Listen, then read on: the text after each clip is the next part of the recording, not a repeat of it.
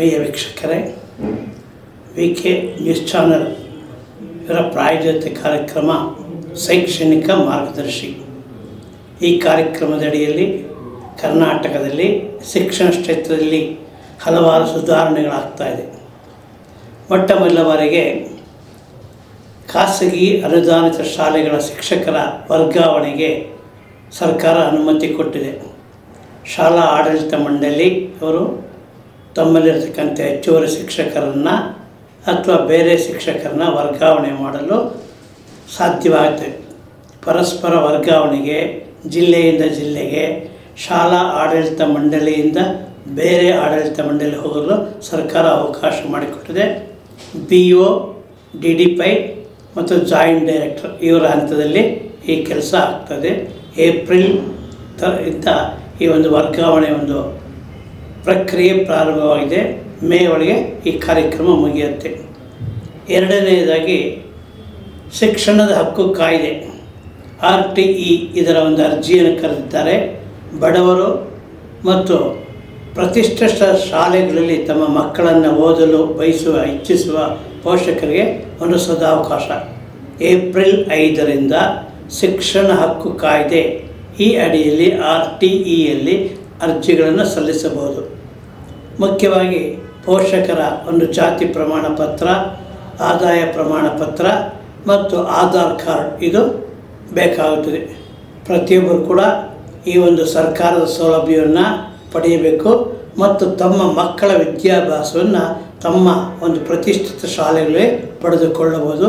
ಇದೊಂದು ಸದಾವಕಾಶ.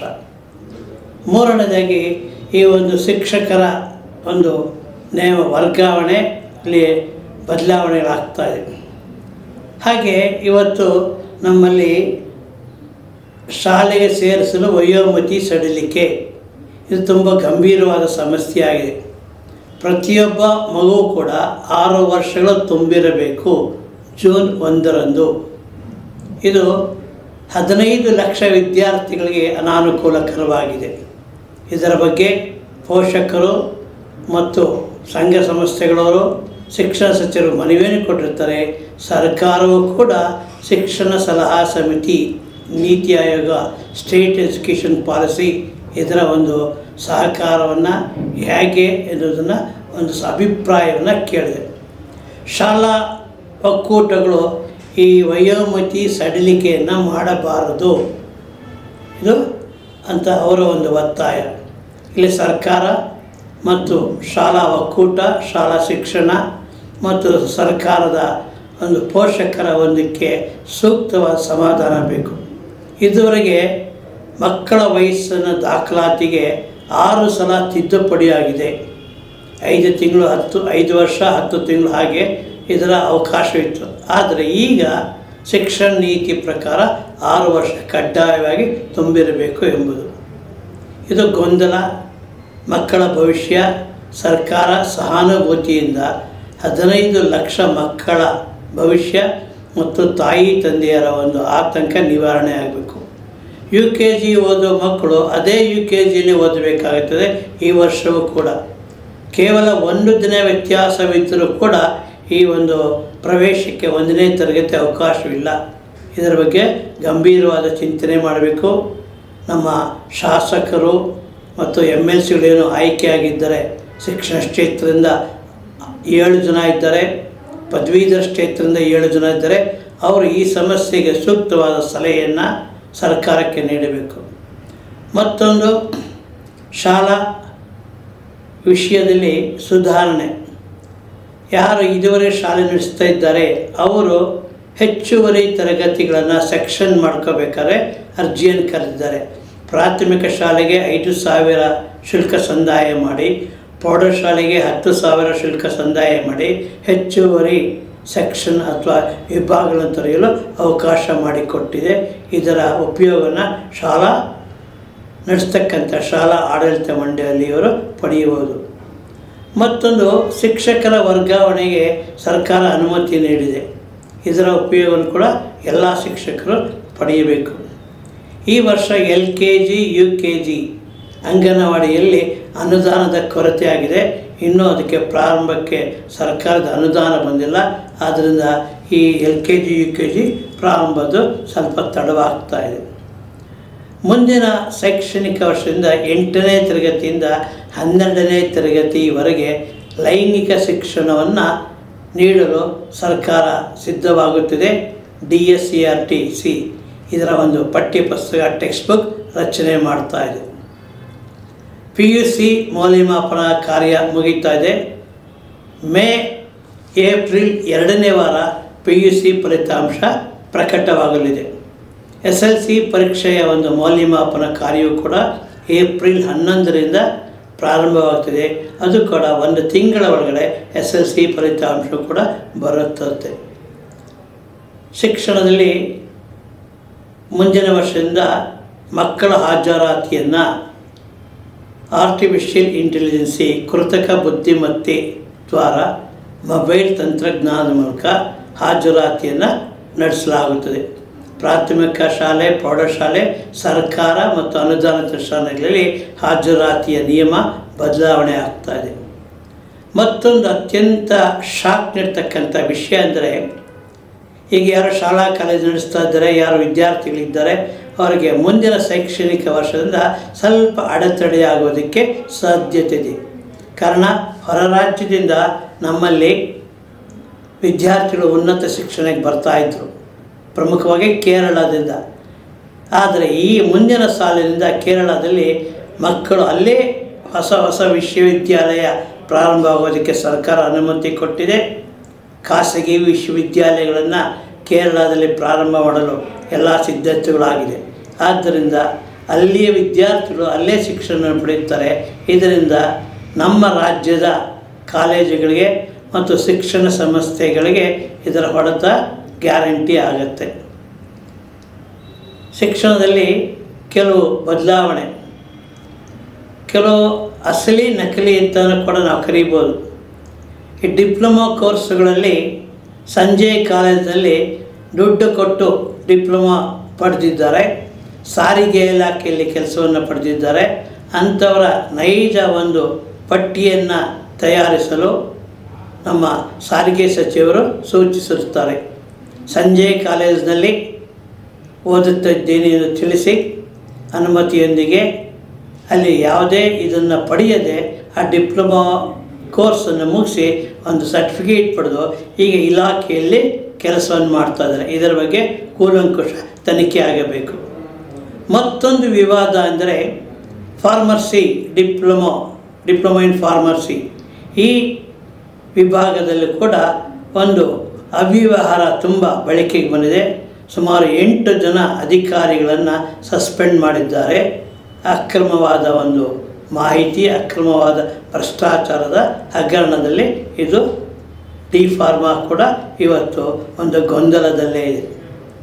ಕರ್ನಾಟಕ ರಾಜ್ಯ ಮುಕ್ತ ವಿಶ್ವವಿದ್ಯಾಲಯ ಮೈಸೂರು, ಇಲ್ಲಿ ಕೂಡ ಬೋಧಕರು ಬೋಧಕೇತರರು ಕೂಡ ಉಪಕುಲಪತಿಗಳ ಭ್ರಷ್ಟಾಚಾರದ ವಿರುದ್ಧ ಒಂದು ದೂರನ್ನು ಸಲ್ಲಿಸಿದ್ದಾರೆ. ತೀವ್ರ ಗತಿಯಲ್ಲಿ ಈ ಭ್ರಷ್ಟಾಚಾರ ತನಿಖೆ ನಡೆಯುತ್ತಾ ಇದೆ. ಶ್ರೀಕೃಷ್ಣದೇವರಾಯ ವಿಶ್ವವಿದ್ಯಾಲಯದಲ್ಲಿ 150 ಕೋಟಿ ಹಣದ ಭ್ರಷ್ಟಾಚಾರವಾಗಿದೆ. 2000ಕ್ಕೂ ಹೆಚ್ಚು ಪ್ರಮಾಣ ಪತ್ರಗಳು ನಕಲಿಯಾಗಿದೆ. ಈ ನಕಲಿ ಪ್ರಮಾಣ ಪತ್ರಗಳ ಬಗ್ಗೆ, ಈ ಹಣದ ಭ್ರಷ್ಟಾಚಾರದ ಬಗ್ಗೆ ತನಿಖೆ ಆಗ್ತದೆ. 11% ಕೂಡ ಈ ಶ್ರೀಕೃಷ್ಣದೇವರಾಯ ವಿಶ್ವವಿದ್ಯಾಲಯ ಶೈಕ್ಷಣಿಕ ಪ್ರಗತಿಯನ್ನು ಸಾಧಿಸಿಲ್ಲ. ತುಂಬ ಕಳವಳಕಾರಿ ವಿಷಯವಾಗಿದೆ. ನಮ್ಮಲ್ಲಿ ಶಿಕ್ಷಣದ ಬಗ್ಗೆ ಒಂದು ಬದಲಾವಣೆ ಇನ್ನೂ ಹಲವಾರು ರೀತಿ ಆಗ್ತಾ ಇದೆ. ಶಿಕ್ಷಣದಲ್ಲಿ ಒಂದು ಯಾರು ಬೆಂಗಳೂರು ವಿಶ್ವವಿದ್ಯಾಲಯದಲ್ಲಿ ತಾವು ಓದಿದ ಕೋರ್ಸನ್ನು ಅರ್ಧಂಬರ್ಧ ಬಿಟ್ಟಿದ್ದರೆ, ಅವಧಿಗೆ ಮುಗಿದೇ ಹೋದರೆ ಅಂಥವ್ರು ಕೂಡ ಈ ವರ್ಷ ಅಂತಿಮ ಅವಕಾಶ ಬೆಂಗಳೂರು ವಿಶ್ವವಿದ್ಯಾಲಯ ನೀಡಿದರೆ ಆ ಕೋರ್ಸನ್ನು ಪೂರ್ತಿ ಮುಗಿಸಲು ಒಂದು ಅವಕಾಶವಿದೆ. ವೃತ್ತಿ ತರಬೇತಿಗೆ ಹಲವಾರು ವಿಧಾನಗಳ ಕೋರ್ಸ್ಗಳನ್ನು ಕೂಡ ಕರೆದಿದ್ದಾರೆ. ಮತ್ತೊಂದು ನಮ್ಮಲ್ಲಿ ಪ್ಯಾರಾಮೆಡಿಕಲ್ ಕಾಲೇಜ್ ಅಂತ ಇದೆ. ಈ ಪ್ಯಾರಾಮೆಡಿಕಲ್ ಕಾಲೇಜಲ್ಲಿ ಮೂಲಭೂತ ಸೌಕರ್ಯವೇ ಕೊರತೆ, ಗುಣಮಟ್ಟದ ಶಿಕ್ಷಣ ಇಲ್ಲ, ಅನುಮತಿ ಇಲ್ಲದೆ ಬೇರೆ ಬೇರೆ ವಿಷಯಗಳ ಬೋಧನೆ. ಇದನ್ನು ಗಮನಿಸಿ ನಮ್ಮ ವೈದ್ಯಕೀಯ ಶಿಕ್ಷಣ ಸಚಿವರು ವೈದ್ಯಕೀಯ ಪ್ಯಾರಾಮೆಡಿಕಲ್ ಕಾಲೇಜ್ ಕೆಲ ಬಂದ್ ಮಾಡುವ ಸೂಚನೆಯನ್ನು ಕೂಡ ಕೊಟ್ಟಿದ್ದಾರೆ. ಅನುಮತಿ ಇಲ್ಲದೆ, ಗುಣಮಟ್ಟವಿಲ್ಲದ, ಮೂಲಸೌಕರ್ಯ ಇಲ್ಲದ ಈ ಪ್ಯಾರಾಮೆಡಿಕಲ್ ಕಾಲೇಜ್ ಬಂದ್ ಆಗೋದಕ್ಕೆ ಅದು ಕೂಡ ಸಿದ್ಧತೆ ಮಾಡಿಕೊಳ್ತದೆ. ಕಾರಣ ವಿದ್ಯಾರ್ಥಿಗಳ ಭವಿಷ್ಯ ಒಳ್ಳೆಯದಾಗಲಿ ಅಂತ. ನಮ್ಮಲ್ಲಿ ಶಿಕ್ಷಕರಿಗೆ ಒಂದು ಸಿಹಿ ಸುದ್ದಿ ಇದೆ. ಆ ಸಿಹಿ ಸುದ್ದಿ ವರ್ಗಾವಣೆಗೆ ಕೂಡ ಪ್ರಕ್ರಿಯೆ ನಡೀತಾ ಇದೆ. ಶಿಕ್ಷಕರು ವರ್ಗಾವಣೆ ಪ್ರಕ್ರಿಯೆಯಲ್ಲಿ ಪಾಲ್ಗೊಳ್ಳಬಹುದು. ಮತ್ತೊಂದು, ಎಲ್ಲ ಶಿಕ್ಷಕರು ತಮ್ಮ ಬೇಡಿಕೆಗಾಗಿ ನ್ಯಾಯಾಲಯಕ್ಕೆ ಹೋಗ್ತಾಯಿದ್ರು. ನ್ಯಾಯಾಲಯದ ಮೆಟ್ಟಲು ಹತ್ತದೇ ಶಿಕ್ಷಣ ಇಲಾಖೆಯ ಹಂತದಲ್ಲಿಯೇ ಶಿಕ್ಷಕರ ಬೇಡಿಕೆ, ಸಮಸ್ಯೆ, ಕುಂದುಕೊರತೆ ನಿವಾರಣೆ ಮಾಡಿಕೊಳ್ಳಲು ಸರ್ಕಾರ ಒಂದು ಶಿಕ್ಷಕರ ಸಮಸ್ಯೆಯ ಒಂದು ಕೋಶ ಅಂತ ತಯಾರು ಮಾಡಿದೆ. ತಾಲೂಕು ಮಟ್ಟದಲ್ಲಿ, ಜಿಲ್ಲಾ ಮಟ್ಟದಲ್ಲಿ, ಆಯುಕ್ತರ ಮಟ್ಟದಲ್ಲಿ ಈ ಒಂದು ಶಿಕ್ಷಕರ ಸಮಸ್ಯೆಯನ್ನು, ತಮ್ಮ ಒಂದು ಬೇಡಿಕೆಯನ್ನು, ತಮ್ಮ ಒಂದು ಮನವಿಯನ್ನು ಪರಿಹರಿಸಿಕೊಳ್ಳಬಹುದು. ಇದು ಕೂಡ ಶಿಕ್ಷಕರಿಗೆ ಒಂದು ಅಮೂಲ್ಯವಾದ ಒಂದು ವರ ಇದ್ದಾಗೆ. ತಮ್ಮ ಸಮಯವನ್ನು ವ್ಯರ್ಥ ಮಾಡದೆ, ಹೆಚ್ಚು ತಿರುಗಾಟಗಳ ಹಣದ ವ್ಯರ್ಥ ಆಗದೆ ತಮ್ಮ ಸಮಸ್ಯೆಯನ್ನು ತಾಲೂಕು, ಜಿಲ್ಲಾ ಮತ್ತು ಆಯುಕ್ತರ ಹಂತದಲ್ಲಿಯೇ ಅದನ್ನು ನಿವಾರಣೆ ಮಾಡ್ಕೋಬೋದು. ಶಿಕ್ಷಕರ ಒಂದು ಸಮಸ್ಯೆಗೆ ಪರಿಹಾರವನ್ನು ಈ ಒಂದು ಶಿಕ್ಷಕರ ಕೋಶ ಅದು ನೀಡ್ತಾ ಇದೆ. ನಮ್ಮ ರಾಜ್ಯದಲ್ಲಿ ಈ ಒಂದು ಶಿಕ್ಷಣದಲ್ಲಿ ಸುಧಾರಣೆ ಆಗ್ತಾ ಇದೆ. ಕೆಲವು ಶಿಕ್ಷಣ ಸಂಸ್ಥೆಗಳು ತಮ್ಮ ಅಧಿಕೃತವಾಗಿ ಹೆಚ್ಚು ಜನಪ್ರಿಯ ಆಗ್ತದೆ.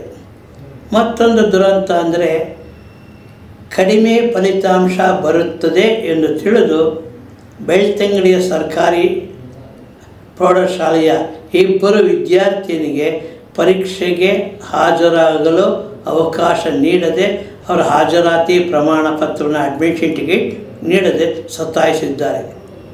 ಪರೀಕ್ಷೆ ಮಗುವಿನ ಭವಿಷ್ಯ, ಈ ಭವಿಷ್ಯವನ್ನು ಒಬ್ಬ ಮುಖ್ಯೋಪಾಧ್ಯಾಯರು ತಡೆ ಹಿಡಿದಿರೋದು ತುಂಬ ವಿಷಾದಕರ. ತಕ್ಷಣವೇ ಯಾರು ಪ್ರವೇಶ ಪತ್ರ ನೀಡದೆ ಮಕ್ಕಳಿಗೆ ಪರೀಕ್ಷೆ ಅವಕಾಶ ವಂಚಿತರನ್ನು ಮಾಡಿದ್ದಾರೆ, ಅಂತಹ ವಿದ್ಯಾರ್ಥಿಗಳಿಗೆ ಈ ಕೂಡಲೇ ರಾಜ್ಯದ ಶಿಕ್ಷಣ ಇಲಾಖೆಯ ಅಥವಾ ಆಯಾ ಜಿಲ್ಲೆಯ ಉಪನಿರ್ದೇಶಕರು, ಕ್ಷೇತ್ರ ಶಿಕ್ಷಣಾಧಿಕಾರಿಗಳು ತಮ್ಮ ಮುಂದಾಳತ್ವ ವಹಿಸಿ ಆ ಮಗುವಿಗೆ ಪರೀಕ್ಷೆ ಬರೆಯಲು ಅವಕಾಶ ಮಾಡಿಕೊಡಬೇಕು. ಇದು ಅತ್ಯಂತ ಒಂದು ಮಾನವೀಯ ದೃಷ್ಟಿ. ಪರೀಕ್ಷೆ ಫಲಿತಾಂಶ ಬರುವುದು ಅಥವಾ ಉತ್ತೀರ್ಣ ಅನುತ್ತೀರ್ಣ ಆ ಮಗುವಿನ ಓದಿನ ಮೇಲೆ ಆಗುತ್ತೆ. ಅದರ ಪ್ರವೇಶ ಪತ್ರ ನೀಡದೆ ಸತಾಯಿಸಿರೋದು ಅತ್ಯಂತ ಕ್ಲಿಷ್ಟಕರ. ನಮ್ಮಲ್ಲಿ ಏಪ್ರಿಲ್ 1ರಿಂದ ಶಿಕ್ಷಣದ ಕೆಲವು ಸಮಸ್ಯೆಗಳಿಗೆ ಸೂಕ್ತ ಪರಿಹಾರ ಸರ್ಕಾರ ನೀಡ್ತಾ ಇದೆ. ಈ ಸರ್ಕಾರದ ನೀಡಿದ ಅವಕಾಶಗಳನ್ನು ಎಲ್ಲ ಶಿಕ್ಷಣ ಸಂಸ್ಥೆಗಳು, ಶಾಲಾ ಶಿಕ್ಷಕರು ತಮ್ಮ ಅನುಕೂಲಗಳನ್ನು, ತಮ್ಮ ಒಂದು ಸರ್ಕಾರ ನೀಡಿದ ಅವಕಾಶವನ್ನು ಬಳಸಿಕೊಂಡು ಮುಂದೆ ಬರಬೇಕು. ಬೆಂಗಳೂರು ವಿಶ್ವವಿದ್ಯಾಲಯದಲ್ಲಿ ಗುತ್ತಿಗೆ ಆಧಾರದ ಮೇಲೆ 15-20 ವರ್ಷಗಳಿಂದ ಸೇವೆ ಸಲ್ಲಿಸ್ತಾ ಇದ್ದಾರೆ. ಆದರೆ ಈಗ ಅವರಿಗೆ ಸೇವೆಯ ಒಂದು ಭದ್ರತೆ ಸಿಗ್ತಾ ಇಲ್ಲ. ಏಜೆನ್ಸಿ ಮೂಲಕ ಇರೋದರಿಂದ ಅವರ ಭದ್ರತೆ, ಸೇವೆ ಕಾಯಂ ಮಾಡಲು ಆಗ್ತಾ ಇಲ್ಲ. ಇದು ಕೂಡ ಗಂಭೀರವಾದ ಸಮಸ್ಯೆ. ಯಾರು ಈ ಸೇವೆ ಸಲ್ಲಿಸ್ತಾ ಇದ್ದಾರೆ ಅವರ ಸೇವೆಯನ್ನು ಕಾಯಂಗೊಳಿಸಬೇಕು. ಗುತ್ತಿಗೆ ಆಧಾರದಲ್ಲಿ ಏಜೆನ್ಸಿ ಮೂಲಕ ಯಾರು ಸೇವೆ ಸಲ್ಲಿಸ್ತಾ ಇದ್ದಾರೆ ಅವರ ಸೇವೆಯನ್ನು ಕಾಯಂ ಮಾಡಿಸ್ಕೋಬೇಕು ಅಂತ ಒಂದು ಕೋರಿಕೆ. ಶಿಕ್ಷಣದಲ್ಲಿ ಉನ್ನತ ಶಿಕ್ಷಣ ಪಡೆಯಲು ವಿದ್ಯಾರ್ಥಿಗಳಿಗೆ, ಪೋಷಕರಿಗೆ ಅನುಕೂಲವಾಗೋ ದೃಷ್ಟಿಯಿಂದ ಶಿಕ್ಷಣ ಮೇಳವನ್ನು ಏಪ್ರಿಲ್ 4, 5, 6 ಈ 3 ದಿನಗಳ ಕಾಲ ಬೆಂಗಳೂರು ಅರಮನೆಯ ತ್ರಿಪುರ ವಾಸರಿಯಲ್ಲಿ ನಡೆಯುತ್ತಾ ಇದೆ. ಯಾರು ಶಿಕ್ಷಣ ಪಡೆಯಬೇಕು ಅಂತಹ ವಿದ್ಯಾರ್ಥಿಗಳು ಅವರಿಗೆ ಬೇಕಾದ ಕೋರ್ಸುಗಳನ್ನು ಆಯ್ಕೆ ಮಾಡಿಕೊಂಡು ಶಾಲಾ ಕಾಲೇಜುಗಳ ಒಂದು ಮಾಹಿತಿ, ಅನೇಕ ವಿಶ್ವವಿದ್ಯಾಲಯಗಳು ಕೂಡ ಅಲ್ಲಿ ಭಾಗವಹಿಸ್ತಾ ಇದೆ. ತ್ರಿಪುರ ವಾಸನೆಯಲ್ಲಿ 4ನೇ ದಿನಾಂಕ ಏಪ್ರಿಲಿಂದ 3 ದಿನಗಳ ಶೈಕ್ಷಣಿಕ ಮೇಳ ನಡೀತದೆ. ಇದರ ಸದುಪಯೋಗನ ಪೋಷಕರು ಮತ್ತು ವಿದ್ಯಾರ್ಥಿಗಳು ಪಡೆಯಬೇಕು. ತಮ್ಮಿಷ್ಟವಾದ ಒಂದು ವಿಷಯವನ್ನು ಆಯ್ಕೆ ಮಾಡಿಕೊಳ್ಳಲು ಅವಕಾಶವಿದೆ. ಭಾರತದಲ್ಲಿ ಈ ಒಂದು ಶಿಕ್ಷಣದ ವ್ಯವಸ್ಥೆ ತುಂಬ ಅದ್ಭುತವಾಗ್ತಾ ಇದೆ. ನಮ್ಮ ಉತ್ತರ ಪ್ರದೇಶದಲ್ಲಿ ಅಲ್ಲಿಯ ಮಾತೃಭಾಷೆ ಜೊತೆಗೆ 6 ಪ್ರಾದೇಶಿಕ ಭಾಷೆಗಳನ್ನು ಬೋಧನೆ ಮಾಡ್ತಾಯಿದ್ದಾರೆ. ಆ ಒಂದು ಶಿಕ್ಷಣ ವಿಧಾನದಲ್ಲಿ ಕನ್ನಡ, ತೆಲುಗು, ಮರಾಠಿ, ತಮಿಳು ಹೀಗೆ ಬೇರೆ ಬೇರೆ ಭಾಷೆಯಲ್ಲಿ ಕೂಡ ಶಿಕ್ಷಣ ಕೊಡ್ತಾ ಇದ್ದಾರೆ. ಆ ಬೇರೆ ಭಾಷೆ ಶಿಕ್ಷಣ ನೀಡೋದ್ರಿಂದ ಅಲ್ಲಿಯ ಪ್ರಾದೇಶಿಕ ಭಾಷೆಗೆ ಯಾವುದೇ ಹಾನಿ ಆಗ್ತಾ ಇಲ್ಲ. ಗೋವಾದಲ್ಲೂ ಕೂಡ ಕೊಂಕಣಿ ಭಾಷೆಯಲ್ಲಿ ಶಿಕ್ಷಣ ಕೊಡ್ತಾ ಇದ್ದಾರೆ. ಹೀಗೆ ಒಂದು ಭಾಷೆಯ ಶಿಕ್ಷಣದಿಂದ ಅಲ್ಲಿಯ ಪ್ರಾದೇಶಿಕ ಭಾಷೆಗೆ ಯಾವುದೇ ಹಾನಿಕರವಾಗುವುದಿಲ್ಲ. ಇದನ್ನು ನಾವು ಅರ್ಥ ಮಾಡಿಕೊಂಡು ಮಕ್ಕಳಿಗೆ ಶಿಕ್ಷಣದಲ್ಲಿ ಭಾಷಾ ಕಲಿಕೆಗೆ ಉತ್ತಮ ಅವಕಾಶವನ್ನು ಮಾಡಿಕೊಡಬೇಕು. ಈ ಭಾಷಾ ಕಲಿಕೆ ಒಂದು ಮಕ್ಕಳ ಸರ್ವೋನ್ನತ ಬೆಳವಣಿಗೆ ಸಹಕಾರಿಯಾಗುತ್ತದೆ. ತಮಿಳುನಾಡಿನಲ್ಲಿ ತ್ರಿಭಾಷಾ ಸೂತ್ರದ ಬಗ್ಗೆ ಈಗಲೂ ಕೂಡ ಒಂದು ಗೊಂದಲವಿದೆ.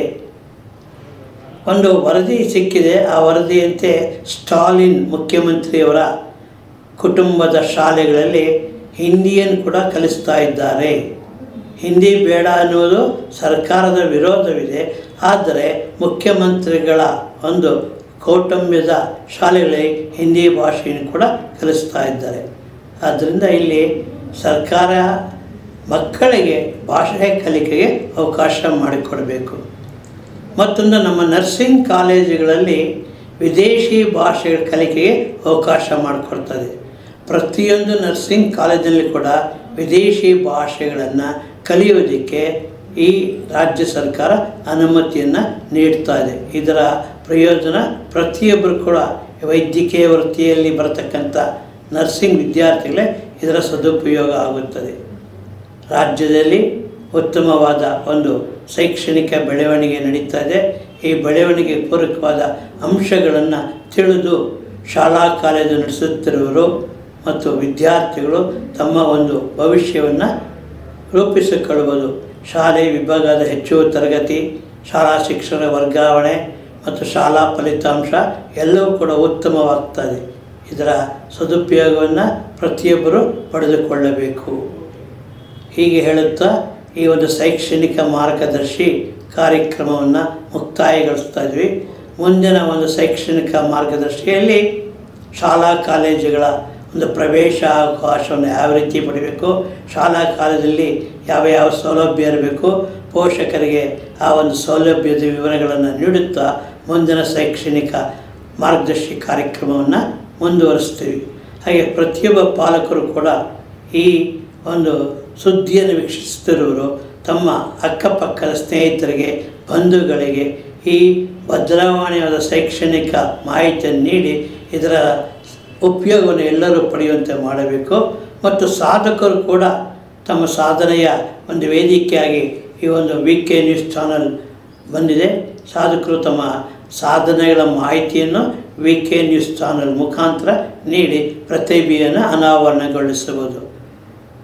ಮೇ ಅಥವಾ ಜೂನ್ ತಿಂಗಳಿಂದ ಈ ಒಂದು ಶಾಲಾ ಕಾಲೇಜು ಪ್ರಾರಂಭವಾಗುತ್ತದೆ. ಈ ಶಾಲಾ ಕಾಲೇಜು ಮುಖ್ಯಸ್ಥರು ತಮ್ಮ ಶಾಲೆಯ ಶೈಕ್ಷಣಿಕ ಪ್ರಗತಿ, ಶಾಲೆಯ ಸೌಲಭ್ಯಗಳು, ಶಾಲೆಯಲ್ಲಿರ್ತಕ್ಕಂಥ ಶಿಕ್ಷಣದ ಮಾಹಿತಿಯನ್ನು ಆ ಒಂದು ಶಿಕ್ಷಕರ ಒಂದು ವಿಷಯವನ್ನು ತಿಳಿಸಿ ಉತ್ತಮ ಒಂದು ಹಾಜರಾತಿಗೆ ಪ್ರವೇಶಕ್ಕೆ ಅನುಕೂಲ ಮಾಡಿಕೊಡಬೇಕು. ಎಲ್ಲರಿಗೂ ಶಿಕ್ಷಣದ ಸೌಲಭ್ಯ ಸಿಗಬೇಕು. ಈ ದೃಷ್ಟಿಯಿಂದ ಪ್ರತಿಯೊಬ್ಬರು ಈ ಹಿಂದೆ VK ನ್ಯೂಸ್ ಚಾನಲ್ ಮುಖಾಂತರ ತಮ್ಮ ಶಾಲೆಯ ಪ್ರಗತಿಯನ್ನು ಪಡೆದು ಮಕ್ಕಳಿಗೆ ಸಮಾಜಕ್ಕೆ ಉತ್ತಮ ಮಾರ್ಗದರ್ಶನ ನೀಡಲು ಕೋರುತ್ತೀನಿ.